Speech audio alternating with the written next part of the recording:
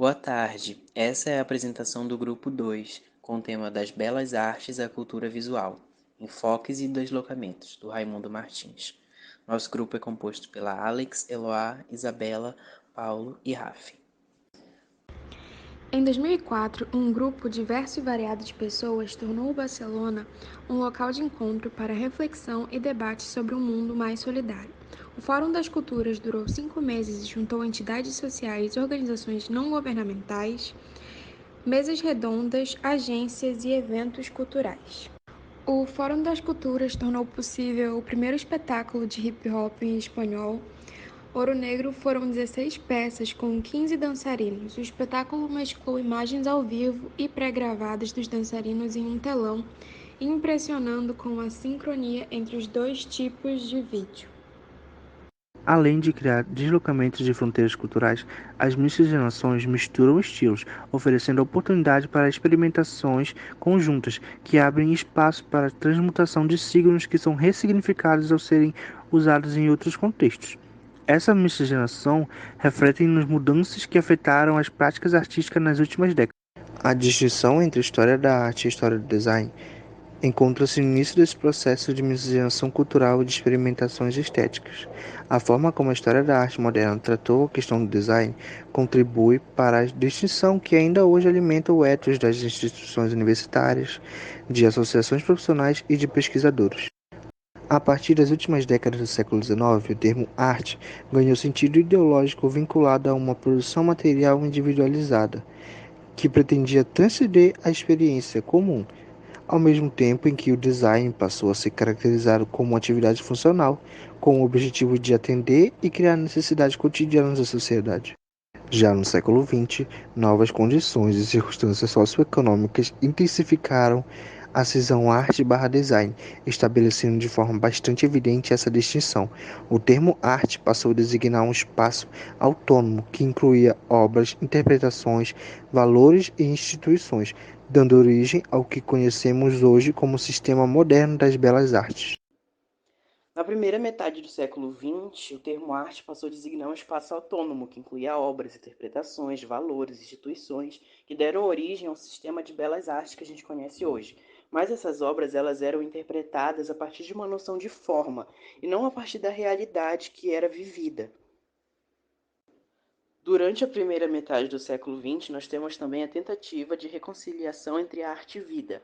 Um exemplo foi a Oficina de Investigação Surrealista, instalada em Paris nos anos 20, que tinham filmes que abordavam questões referentes ao realismo social, novelas e pinturas, e até mesmo os happenings que agitaram Nova York nos anos 50.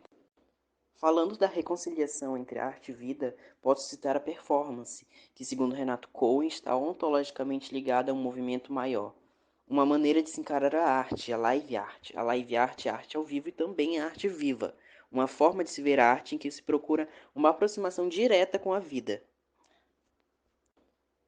Mas, apesar das mudanças que ocorreram na segunda metade do século XX e as rupturas geradas pela grande variedade de movimentos artísticos, por diversas razões e em diferentes medidas, o ethos das belas artes ainda está presente na filosofia educacional e também nas práticas artísticas de escolas, institutos e departamentos de arte.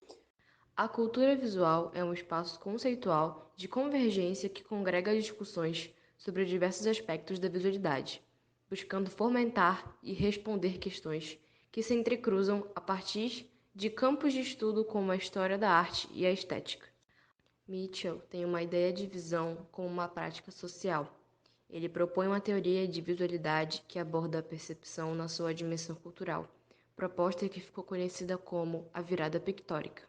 A cultura visual discute a imagem não apenas em seu valor estético, mas principalmente buscando compreender o papel social da imagem na vida na cultura.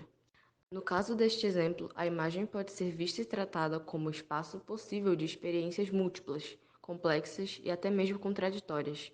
No espaço dessa imagem, relações dialógicas podem ser construídas e reconstruídas a partir de circunstâncias, informações, trajetórias e posições de sujeito que configuram o olhar. A proposta da cultura visual é questionar e construir um conhecimento mais profundo, rico e complexo, ao colocar em perspectiva a relevância que as representações visuais e as práticas culturais têm dado ao olhar, em termos das construções de sentido e das subjetividades no mundo contemporâneo. A cultura visual, ela não tem o reconhecimento e legitimidade de disciplinas tradicionais, como arte, estética, história, literatura, sociologia e várias outras.